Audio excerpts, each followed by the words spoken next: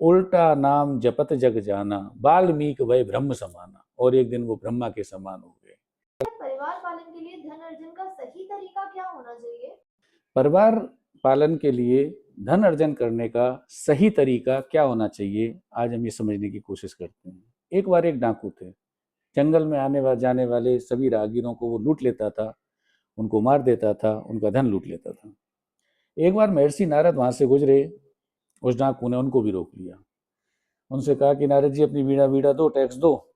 नारद जी ने कहा कि भाई मैं तुझे वीणा भी दे दूंगा, कमंडल भी दे दूंगा, सब दे दूंगा, लेकिन ये पाप कर्म तू करता क्यों है? उसने कहा कि आपको नहीं मालूम, आप तो मांग कर खा लेते हैं और आपका गुजारा हो जाता है, हम तो परिवार वाले हैं, हमें पता है हमें परिवार का पालन कैसे करना पड़ता है, हम पाप पुण्य नहीं देख पाते। उसने कहा कोई बात नहीं, यानी कि तू परिवार पालन के लिए ये करता है? उसने कहा जी ठीक है।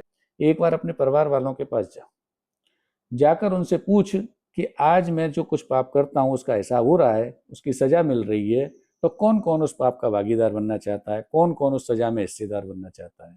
उसने जाकर घर पर पूछा। माँ बाप ने कहा हमने तो तुझे बचपन से ही मना किया, तू इस तरीके की लूट मार मत किया कर, सही तरीके से धन अर्जन कर।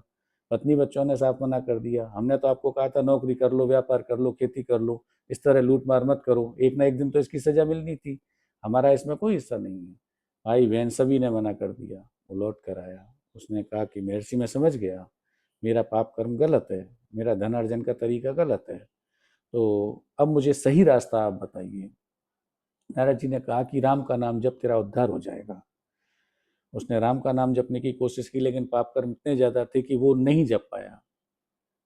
तब नारद जी ने कहा कि तू मरा मरा कहे, मरा मरा मरा मरा मरा मरा लगातार कहेगा तो राम का उच्चारण होगा और तेरा उद्धार हो जाएगा। उसने ऐसा ही किया और मरा मरा मरा मरा मरा कहते हुए राम राम का उच्चारण हुआ और वो व्यक्ति, वो डाकू महर्षि वाल्मीकि बन गया।